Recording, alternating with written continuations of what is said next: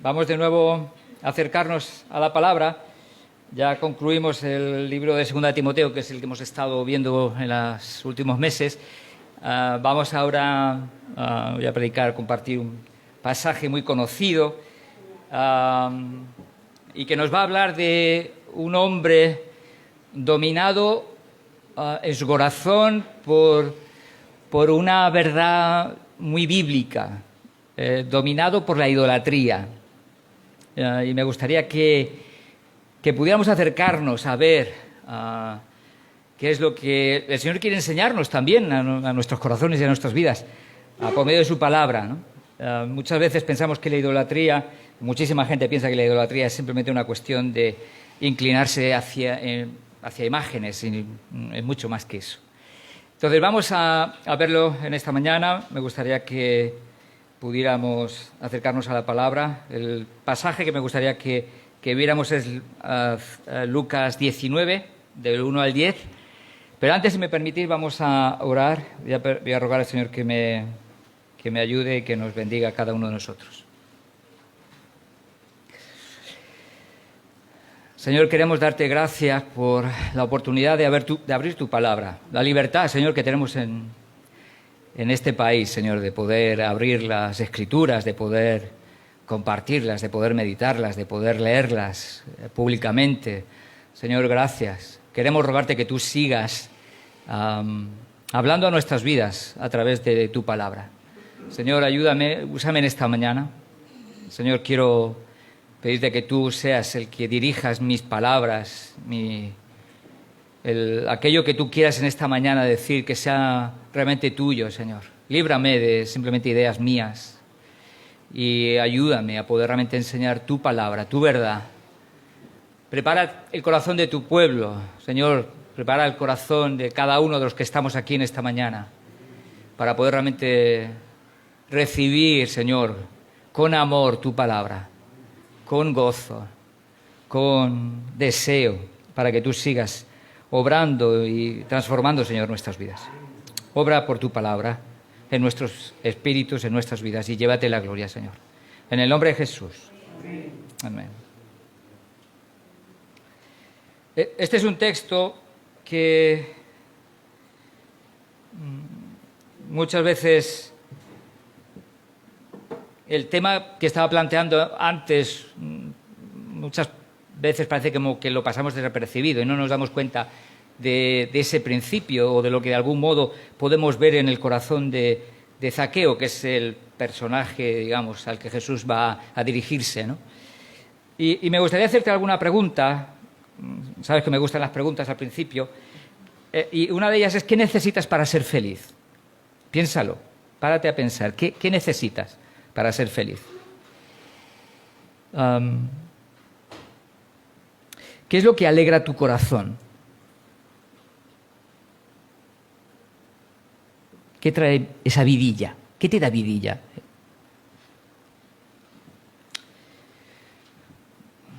¿Hijos? ¿Esposo? ¿Esposa? ¿Una buena salida con amigos? ¿Tener dinero? ¿Unas buenas vacaciones?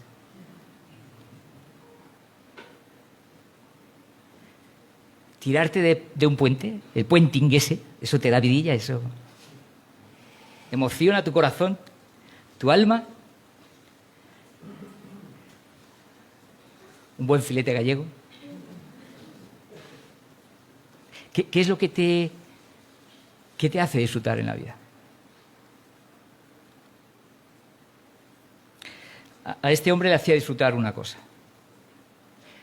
Y por esa cosa estaba dispuesto a sacrificar todo lo demás. Y eso dominaba su corazón.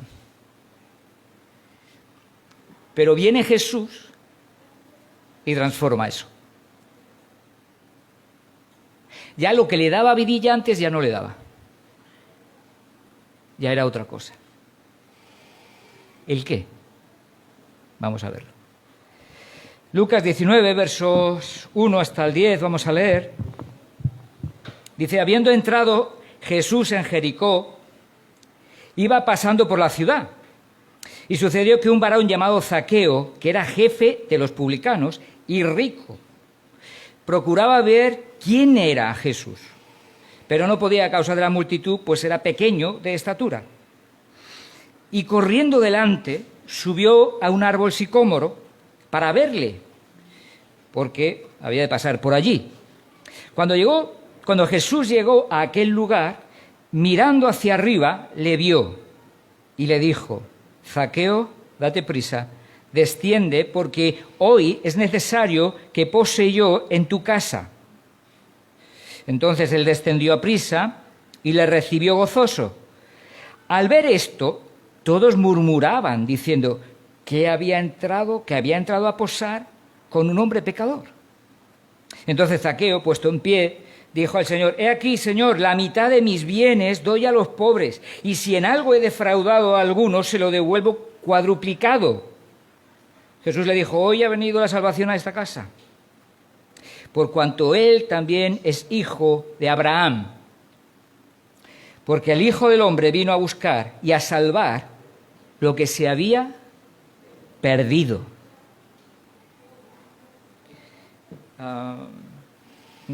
Nos encontramos que Jesús está por la ciudad de Jericó, es una ciudad próspera, es una de las ciudades importantes de Israel y es una de las ciudades en las que se mueve el dinerito, y ahora veréis por qué lo digo, lo del dinerito.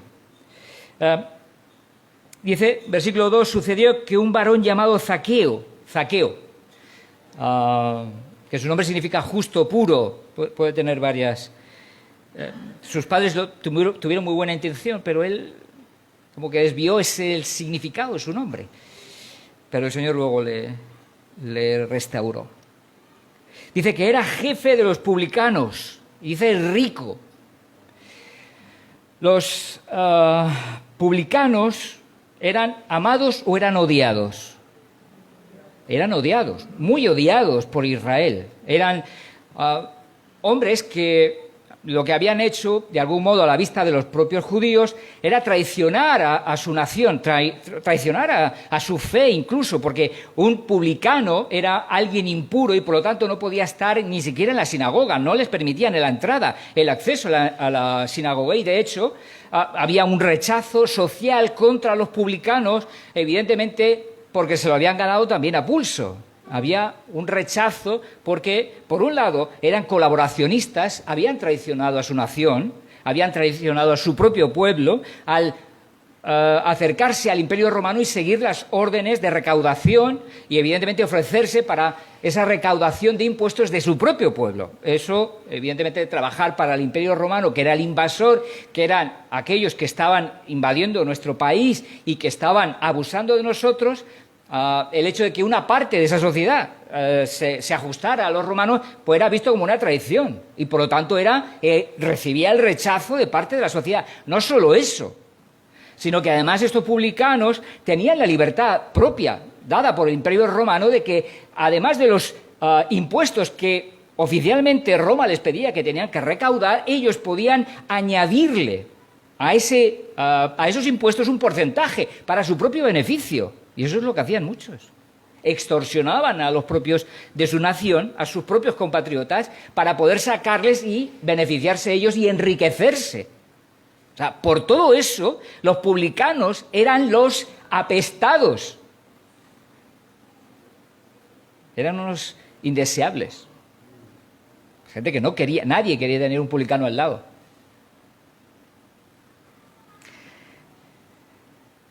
En nuestras sociedades también puede haber gente así, ¿verdad? Apestada a nuestro alrededor. Que quizás la sociedad no quiere tenerlos alrededor. Bueno, pues este Zaqueo estaba dentro de ese grupo, de los apestados.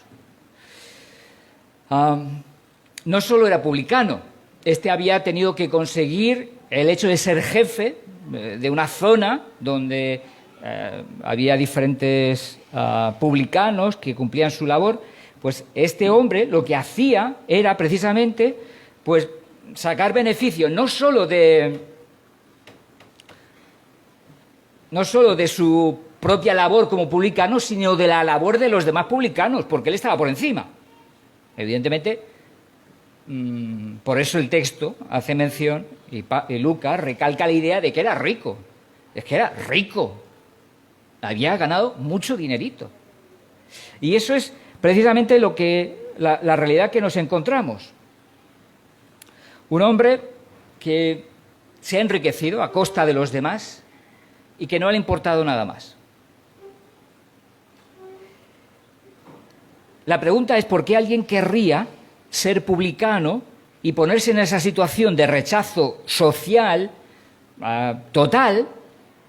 ¿Qué es lo que habría en el corazón de esa persona que le lleva precisamente a aceptar ese lugar de menosprecio, de rechazo que supondría evidentemente ser un publicano? Eso implicaba rechazo social, menosprecio, la imposibilidad de tener una libertad para poder relacionarse con el resto en la sinagoga o en el templo, en diferentes sitios. No tenía esa libertad. ¿Qué es lo que hace que una persona esté dispuesto a sacrificar y a sufrir todo eso?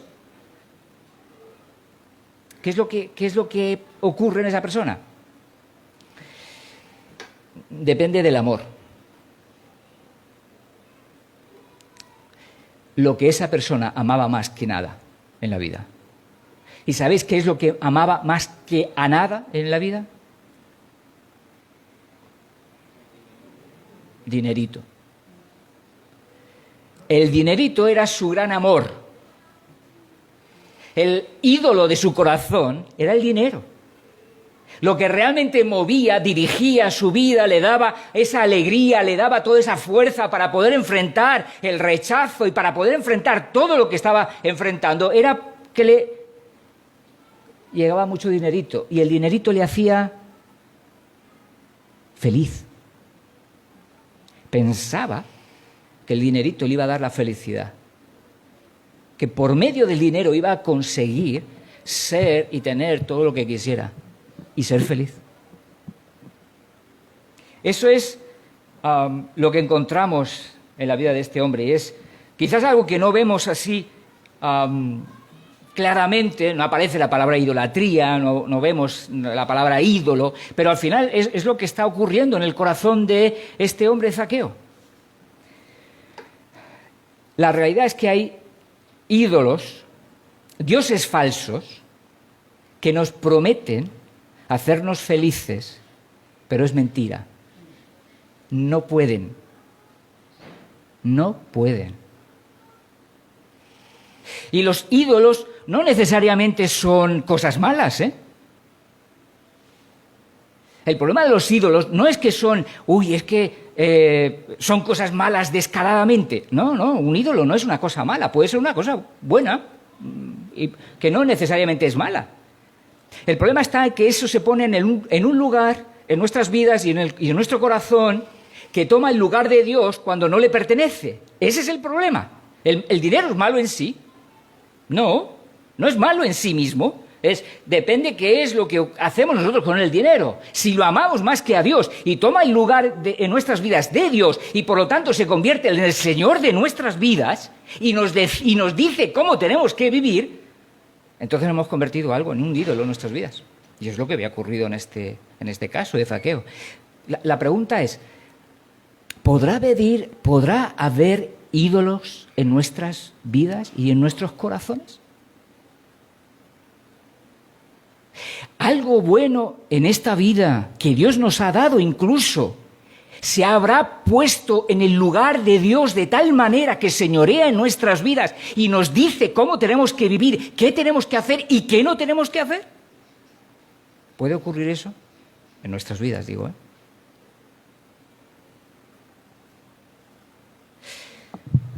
Mirad, a veces un esposo se puede convertir en un ídolo, o una esposa, o un hijo. ¿Son cosas buenas? Sí, absolutamente, son regalos de Dios. Pero en la medida que quien gobierna mi vida no es Dios, sino mi esposo, mi esposa, mis hijos. En la medida que eso ocurre, estamos convirtiendo a ese don de Dios en un ídolo en nuestras vidas.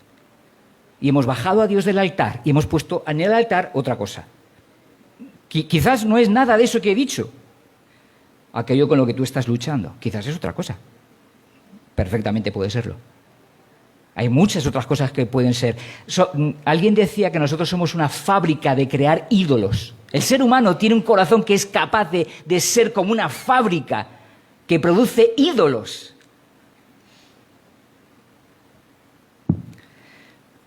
La pregunta es, ¿tú estás luchando con algún ídolo en tu vida? ¿Hay algo a quien tú le estás dando una autoridad que solo le pertenece a Dios? ¿Hay algún señor que está diciéndote qué es lo que tienes que hacer y lo que no, cuando Dios te está diciendo otra cosa y estás haciendo caso a este ídolo? Bueno, esa es una lucha, que los creyentes también tenemos. Cuando el Señor de nuestras vidas no es Dios,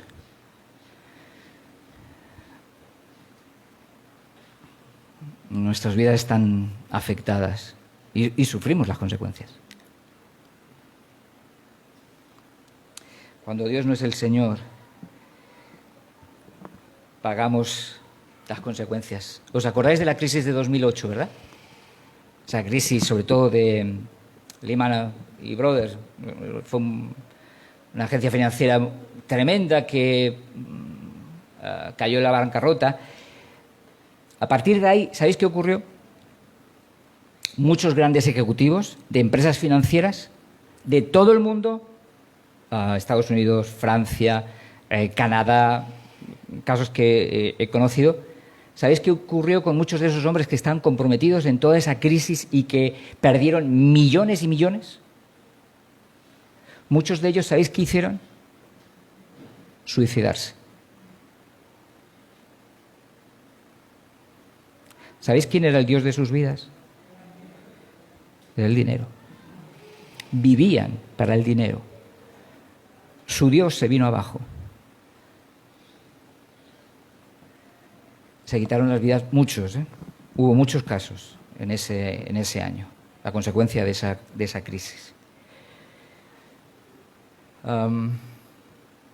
Esa es una realidad con la que el ser humano lucha. Y tú y yo también. Y me gustaría, no me gustaría que estuvieras aquí simplemente ocupando un lugar. Me gustaría que estés planteándote porque creo que el Señor te está hablando en esta mañana. Permíteme confiar en que lo que estoy diciendo es lo que Dios dice, por su palabra. La pregunta es, ¿estás queriendo dejarle a Dios que te hable?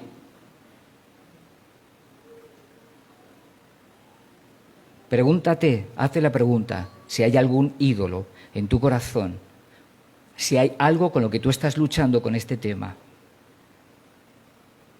Y busca la ayuda de Dios, porque es la que necesitamos. Zaqueo.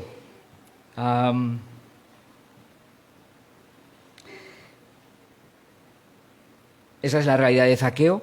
Y nos encontramos con el versículo 3 que nos va a ir dando ciertas características de este hombre. Dice versículo 3, procuraba ver quién era Jesús. Tenía una curiosidad, ¿no? ¿Quién es este? Ha podido escuchar mucho de él. De hecho, Mateo, ¿os acordáis? Uno de los evangelistas, de los discípulos de Jesús, ¿era qué? ¿Quién se acuerda? En voz alta, que tenéis miedo, no tenéis miedo. Sin vergüenza, venga. Era publicano, recaudador de impuestos, exacto. ¿Sabéis qué hizo en el capítulo 5, en el verso 29, justo después de convertirse, cuando el Señor le dice, sígueme? ¿Sabéis qué hizo? Un banquete en su casa, donde invitó a muchísimos publicanos y donde invitó a otros y a Jesús con sus discípulos. O sea, Leví era alguien conocido también. Este era un publicano también. O sea, la voz corre. Seguramente Zaqueo ha escuchado, oye, este Jesús, si tú lees el Evangelio de Lucas, es la mayor ocasión en los Evangelios en la que aparece el nombre publicano. Aparece como 12 veces, 2 en Marcos, no aparece en Juan, creo que 8 en Mateo. O sea, hay una pequeña especie de énfasis en la presencia de los publicanos, de la gente más despreciable de la sociedad. En el libro de Lucas, quiero decir. Y el texto nos dice, procuraba ver quién era Jesús. Tenía una curiosidad, tenía algo. Quería saber realmente quién era este Jesús, de quien seguro que ha escuchado. Ha estado viendo que Jesús ha estado justo en Jericó también, en los versículos justo de antes, ha estado sanando a un ciego. Ha estado escuchando de un montón de cosas, seguro. Y tiene curiosidad, su corazón está abierto a escuchar de este Jesús. Quiere conocerlo, quiere verlo, es lo que dice el texto, que quería verlo. ¿Y qué es lo que hace para verlo? Dice, como no podía, porque dice que la multitud le tapaba, porque él era ¿qué? Era chiquitín. Pero busca la manera de resolver los obstáculos. No se queda ahí esperando, mira, a ver cuándo se quitan de en medio. No, se mueve y dice que va corriendo delante, versículo 4, subió a un árbol sicómoro para verle, porque había de pasar por allí. O sea, no se conforma, no simplemente, pues esto es lo que me toca. No, se esfuerza, toma la decisión y hace algo que para un adulto de aquella época no era normal, era como una falta de prestigio, de honor, ¿no? Era correr y encima encaramarse a un árbol. Esto es de niños, pero de adultos formales, serios y tal, pues no. Pero él lo hace. Él lo hace, él tiene ese interés por Dios. Que no nos falte eso, hermanos. Que no nos falte ese interés por conocerle, por descubrir quién es cada día más de nuestro Señor, por entender quién es, cómo obra, qué es lo que busca, qué anhela, qué desea, cómo piensa. Creo que es algo que el texto nos está invitando en esta mañana también a tener en nuestro corazón. Y por lo tanto vemos ahí un hombre con un corazón que ha estado dominado por ese ídolo en su corazón, que le ha llevado a estar dispuesto a sacrificar y a sufrir una serie de cosas. Y ahora pasamos al versículo 5, en el que vemos aquí el momento en el que Jesús llega. Se narra ese encuentro, ese encuentro entre Jesús y Zaqueo. Versículo 5 dice, cuando Jesús llegó a aquel lugar, mirando hacia arriba, le vio y le dijo, Zaqueo, date prisa, desciende, porque hoy es necesario que pose yo en tu casa. Es divertido este texto. Ahora diré por qué. Yo creo que no diría las palabras que dice Jesús al final, ¿no?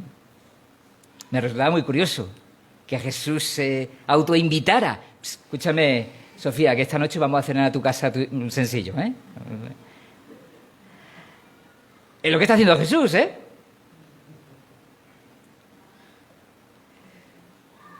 Pero Jesús llega, dice, a aquel lugar, mirando hacia arriba le vio. Le vio. Jesús clava su mirada. Tanta gente alrededor que había, gente buena, respetable, gente muy maja, gente fieles en la sinagoga, gente que estaba bien vista y se fija en el peor. Qué curioso, ¿verdad? En el más despreciable, en el apestado, en el que nadie quería saber, pone sus ojos, clava sus ojos, lo mira. Y encima lo llama por su nombre. ¿Cómo sabía Jesús de su nombre? No lo sé. El texto no lo dice. Lo que sí dice Juan 10:3 es que él llama a sus ovejas ¿cómo? Por su nombre. A los suyos los llama de manera personal, directa, por su propio nombre. Ese es Jesús. Le llama por su nombre. Dice, date prisa, vente, Zaqueo, bájate de ahí que tenemos cosas que hacer. Vamos. Desciende, porque hoy es necesario que pose yo en tu casa. Es necesario.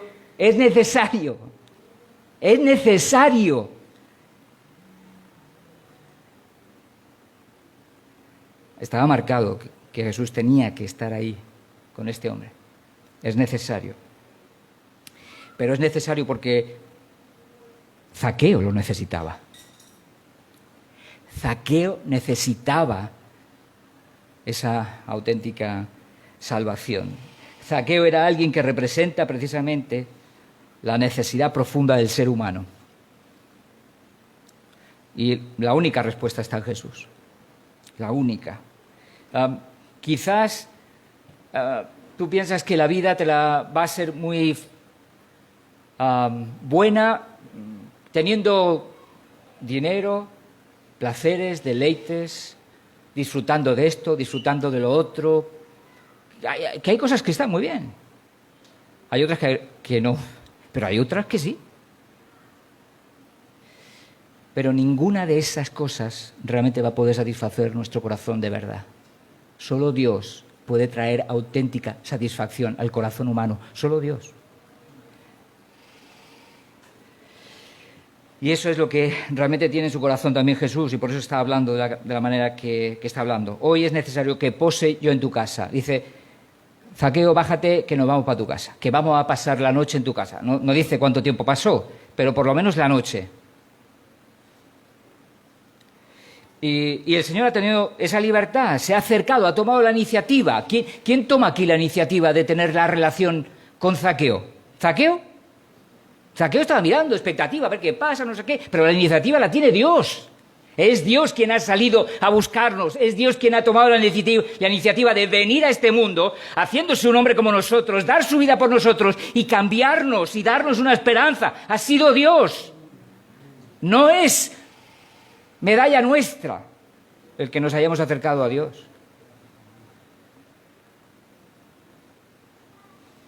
Estamos cantando. Él es el único digno, ¿verdad? Por eso es el único digno.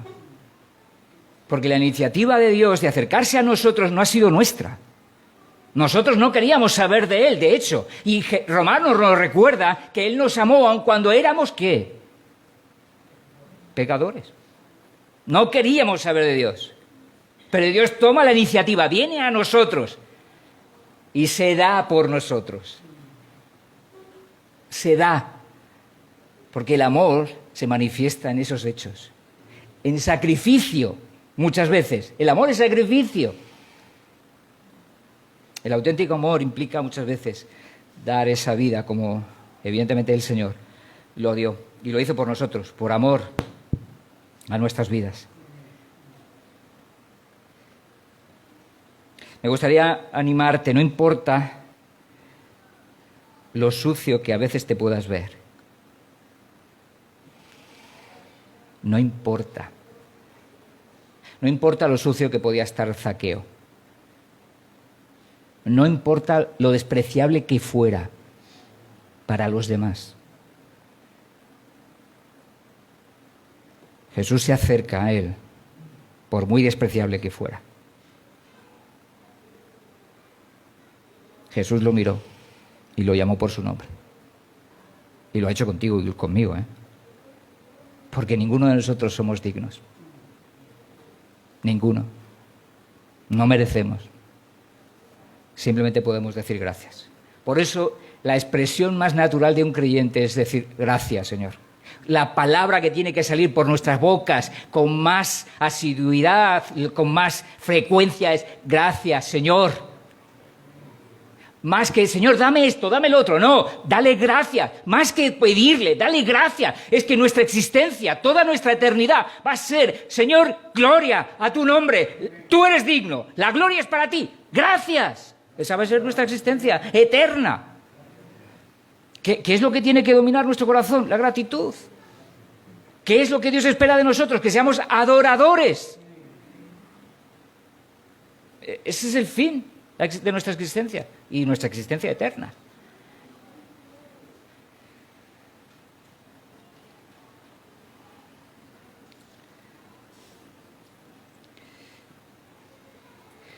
Imagínate a Zaqueo, Jesús diciéndole: tengo que posar en tu casa. Vámonos, Zaqueo. Dice el versículo 6, entonces él descendió a prisa y le recibió gozoso. ¡Qué gozo, qué alegría! Era lo que estaban empezando a vislumbrarse, el cambio, la transformación que iba a haber en este corazón, por la gracia que estaba viendo de parte de nuestro Señor Jesús. La gracia que evidentemente se estaba manifestando en él. El Señor te está diciendo en esta mañana que quiere venir a posar en tu casa.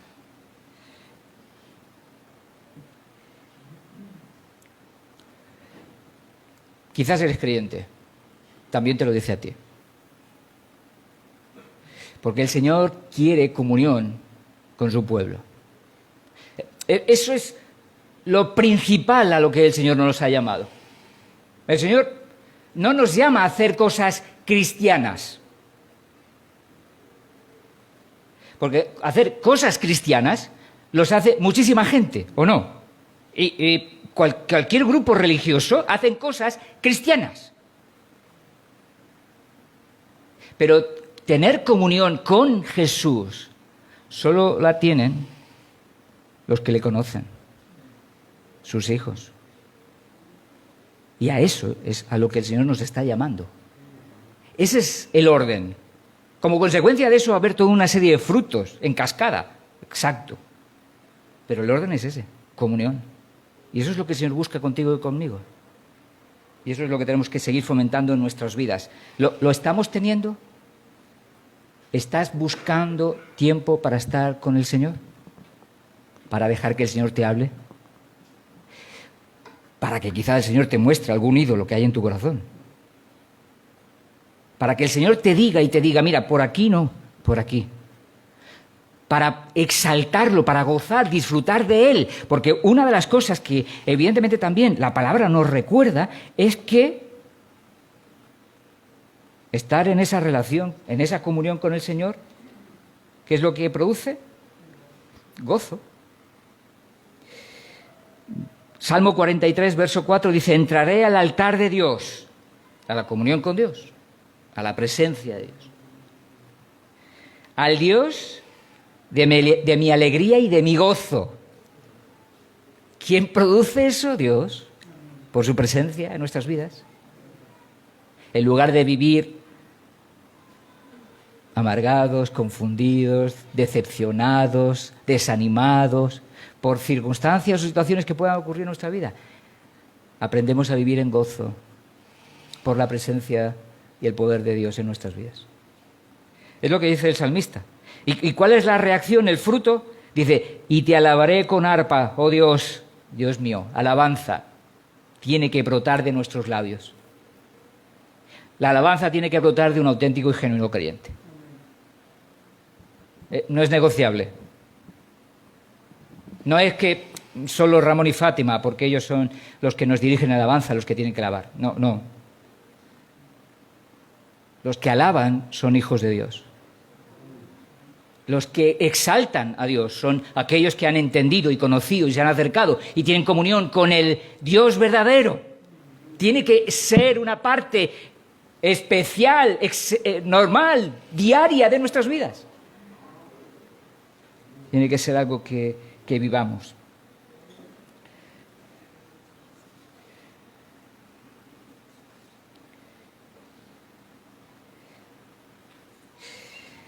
¿Cuál es la reacción de aquellos que estaban alrededor, que tienen precisamente la visión contraria a lo que el Señor está buscando? El Señor se ha acercado a alguien que sabe y reconoce su pecado, que sabe quién es, que sabe cómo es, que tiene claro que no es digno, que sufre el rechazo de los demás por algo también. Pero se encuentra con otros que están a su alrededor que reaccionan de modo distinto, es opuesto, de manera opuesta. Versículo 7, Mirad lo que pasa. Dice, al ver esto, ¿al ver qué? Que Jesús, ¿qué? Recibía, tenía comunión, trato con Zaqueo, se iba a ir a su casa, esa relación produce una reacción en los demás. ¿Cuál? Mira lo que dice. Dice, al ver esto, todos murmuraban, diciendo que había entrado a posar con un hombre pecador. ¿Cuál es la visión que tiene esta gente de sí mismos? Exacto. Que no son pecadores, que son buena gente, que ellos sí merecen el que el Salvador trate con sus vidas, que el Mesías les visite a ellos, les venga a ellos. Ellos sí merecen, tienen galones. Mira lo que yo he hecho. Y te empiezan a sacar la lista. Mira este. ¿Y tú con este te relacionas? Ese es digamos, un poco la película que está ocurriendo ahí. Todo un grupo de personas que viven pensando que se merecen el favor de Dios, que ellos se han ganado por sus disciplinas y sus esfuerzos el favor de Dios, que son dignos.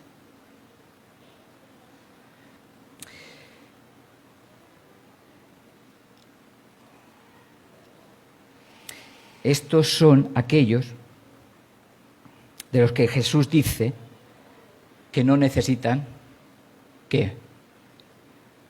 Médico. ¿Os acordáis del texto ese?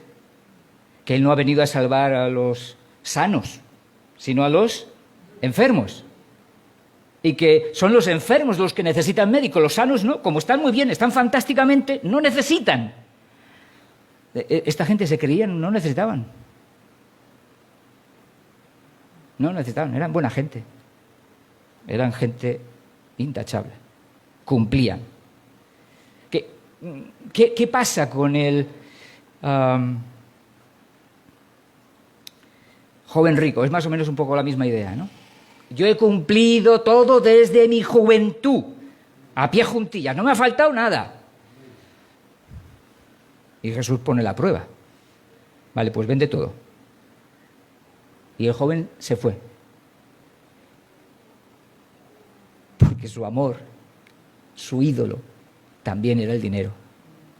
Aunque este era buena gente y no abusaba ni extorsionaba a otros. Pero en el fondo nos encontramos con actitudes distintas, vidas distintas, con ídolos iguales.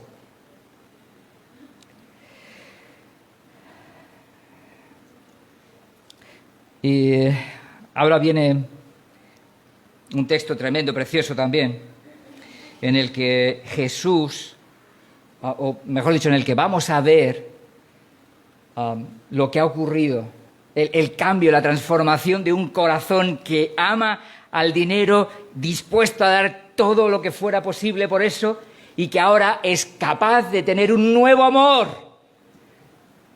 Un nuevo amor. Dice el texto, es que es precioso, es tremendo lo que vemos aquí en esta realidad, en este versículo. Dice, entonces Zaqueo, puesto en pie, dijo al Señor, he aquí, Señor, que empieza llamándole Señor, reconociendo su autoridad, reconociéndoles, tú eres el Señor, y yo quiero que tú seas el Señor de mi vida a partir de ahora, y lo va a demostrar. No eran meras palabras. No eran meras palabras, era una realidad que iba a demostrar con su vida. Porque la conversión es una transformación espiritual total de nuestra vida. Nuestro corazón, al convertirnos, está siendo transformado. Ya hay un nuevo amor que tiene que dominar nuestro corazón. Lucharemos con tentaciones, pero hay un amor que tiene que dominarlo. Ya no son esas otras cosas que arrastraban nuestra vida. Ahora tiene que ser el Señor. Él tiene que tener la autoridad en nuestras vidas. Y eso es lo que vamos a ver en la vida de Zaqueo. una transformación milagrosa. No es simplemente una cuestión de disciplina y un cambio en una persona que ahora, oye, vamos a cambiar aquí una serie de conductas, ahí fuera y para adelante. No estamos hablando de conductas solo. Estamos hablando del cambio de un corazón, de nuevos deseos que son transformados para abandonar aquello que ha dominado el corazón de Zaqueo hasta este momento, y ahora empieza a haber un cambio con nuevos deseos.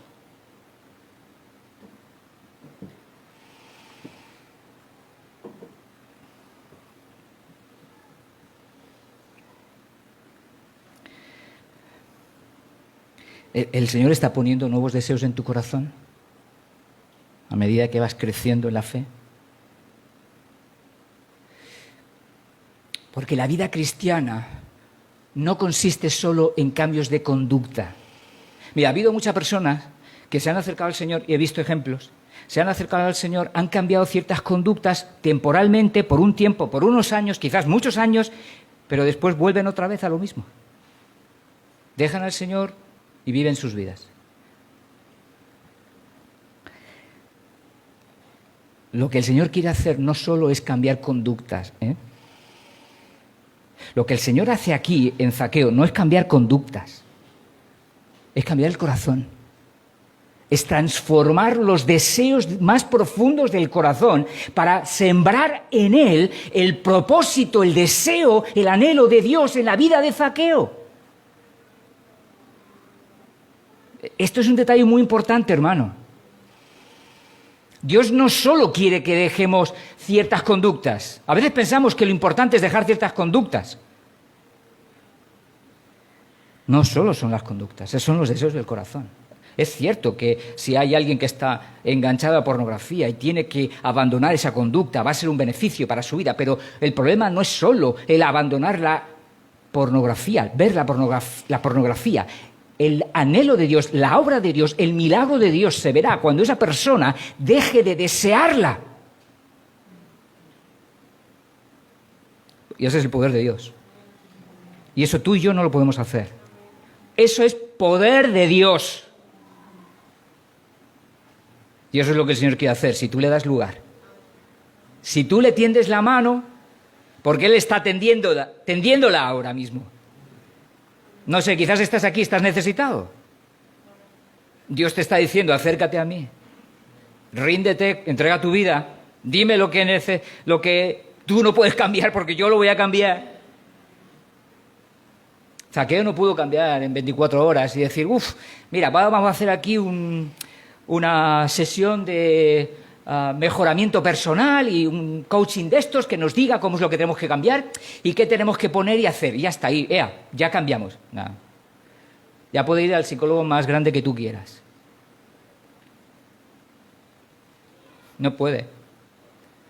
Podrá cambiar algunas conductas en su vida, sí, pero su corazón no, porque eso solo es poder de Dios.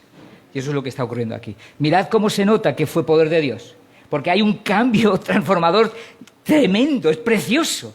Antes amaba el dinero, daba todo por el dinero, estuvo dispuesto a sacrificar todo por el dinero, y ahora deja de amarlo para amar a Jesús, al Señor, y seguirle con todo su corazón. Eso es lo que está ocurriendo. Mirad lo que dice el texto. Señor, la mitad de mis bienes doy a los pobres, y si en algo he defraudado a alguno, se lo devuelvo cuadruplicado. Eso es un milagro, ¿eh? ¿Cómo se llama el hombre este más rico de España? El de Zara. Ortega, no me acuerdo. Bueno, Amancio Ortega. Tú imagínate que venga este hombre diciendo eso, que das la mitad de sus bienes y que a quienes le ha robado, bueno, yo no sé si este hombre ha robado, yo no voy a meterme ahí, tampoco lo sé, y no creo. Pero lo que quiero decir es, un hombre muy rico, que abandone la mitad de su riqueza y diga, no, lo doy, para pensar en quién. Hasta ahora ha estado pensando en sí mismo. Y a partir de este momento piensa en quién, en otros, en su prójimo. Piensa en Dios primero y por eso realmente piensa en el prójimo. Pero ha empezado un cambio en su vida, una transformación milagrosa. Y piensa en los demás, piensa en los pobres, piensa en los necesitados. Deja de pensar en sí mismo. ¿Eso no es un milagro? ¿Dejar de pensar en ti mismo? ¿Y empezar a pensar en otros? Eso es el poder de Dios. Cuando nos acercamos a Dios, bajo su presencia, cuando nos rendimos a su presencia, el Señor hace milagros en nuestras vidas. Transforma nuestros corazones. Convierte lo que era duro de pelar y lo transforma para su gloria. No son nuestras habilidades, no son nuestras disciplinas, no es que nosotros somos muy fuertes y capaces de hacer lo que Dios quiere, es que el corazón no lo podemos cambiar a no ser que sea poder de Dios. Y eso es lo que está ocurriendo aquí. Eso es lo que está ocurriendo aquí. Estos cambios son una señal de la presencia del Espíritu Santo. Es una señal evidentísima del Espíritu Santo. La semilla de mostaza, o sea, el sembrador, la parábola del sembrador, ¿os acordáis? 4 semillas, tipos de semilla. ¿Hubo frutos aparentes en el segundo y en el tercero? ¿La que cayó entre pedregales y la que cayó entre espinos? Hubo frutos aparentes. ¿Pero qué pasó con los 2? Se fueron. ¿Cuál es el que persevera con fruto? El cuarto, la que cae en tierra buena y da fruto a 30, 60, 100 por uno. Unos tenían la apariencia, pero no eran. Pero otros daban fruto porque había realidad que perseveró. La perseverancia es una de las características del genuino creyente, hermanos. Eso es lo que Filipenses, Colosenses, diferentes libros nos van a hablar. Perseverancia, pero no es el tema de hoy, eso es gratuito. Así que lo que el Señor está queriendo realizar es precisamente esa transformación en nuestras vidas. Cuando estaba pensando en esto, y ya estoy terminando, permitidme unos segundos, minutos. Cuando estaba pensando en esto, en este texto, y tratando de pensar en nuestras propias vidas, en mi propia vida, Señor, vale, esto es lo que tú hiciste en el principio, hiciste en el momento de milagroso, de llegar a esta vida, pero ¿cómo seguimos nosotros? ¿Cómo seguimos permitiéndote que tú sigas, a nosotros que llevamos años en el Señor, que tú sigas produciendo el fruto, la transformación, el cambio que yo necesito, que tú necesitas? ¿Cómo ocurre eso? Gálatas 6 y 7 dice, el que es enseñado en la palabra, haga partícipe de toda cosa buena al que lo instruye. Dice, versículos 7 y 8, perdón, me he confundido. Dice, no os engañéis. Dios no puede ser burlado, pues todo lo que el hombre sembrare, eso también sembrare, segare. Hay una responsabilidad y hay un fruto. Este es un principio muy bíblico. Versículo 8. Porque el que siembra para su carne, de la carne segará corrupción. Si sembramos en una dirección, tendremos las consecuencias, el fruto de eso que hemos sembrado.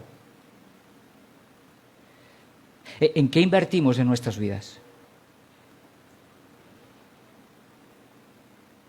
¿Cómo estamos invirtiendo nuestro tiempo? ¿En qué cosas? ¿Estamos sembrando para qué? ¿Con qué fin? ¿Con qué propósito?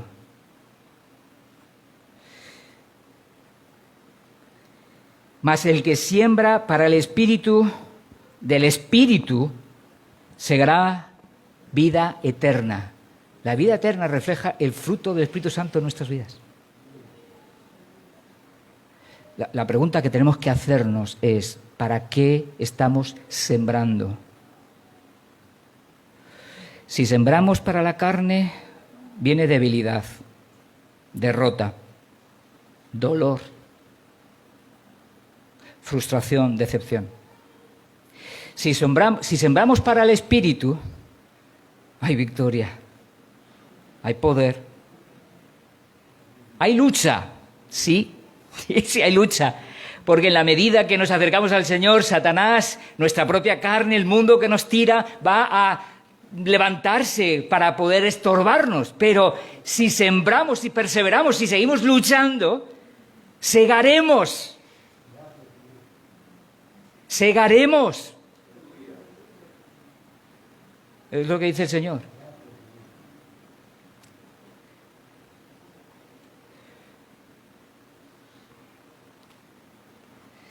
Jesús le dijo, hoy ha venido la salvación a esta casa.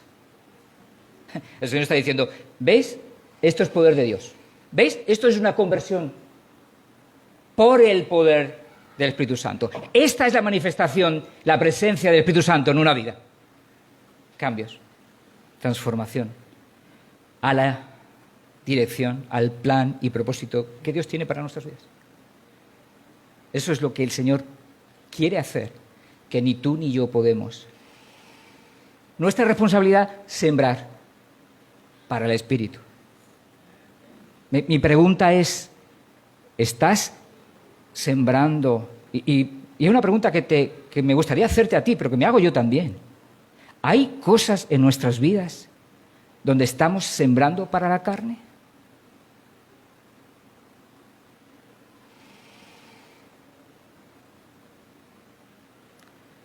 Necesitamos sembrar de verdad y más para el Espíritu en nuestras vidas. Sembrar para el Espíritu significa pasar tiempo con la palabra, meditar en ella y pedirle, Señor, háblame, ¿qué es lo que tienes que arrancar de mi corazón? Señor, ayúdame. No quiero seguir igual, quiero que tú me transformes, no solo que me des una apariencia de cosas, de acciones cristianas, sino de un corazón que te ama, que te desea y que te sirve con todo el corazón. Necesitamos oración, buscar a Dios, pasando tiempo con Él, dándole gracias, sobre todo, hermano, creo que una de las grandes necesidades que tenemos en nuestro corazón, en nuestras vidas, en nuestra comunión con el Señor, es darle gracias, es exaltarlo, es reconocer quién es descubrir, confesar que no hay nadie como Él. Eso tenemos que hacerlo. También en nuestra intimidad, como pueblo, no podemos dejar de hacerlo. Las reuniones de oración, si solo pasamos todo el tiempo de la oración dando gracias, bendito sea el Señor, aunque no pidamos nada.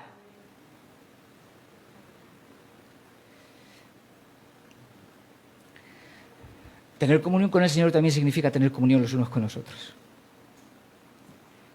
Ser conscientes, como hacía unas semanas que comenté, ¿no?, que nos necesitamos, que nos buscamos, que pasamos tiempo juntos para edificarnos, para fortalecernos, para ayudarnos a crecer, alentarnos en la fe, exhortarnos en amor.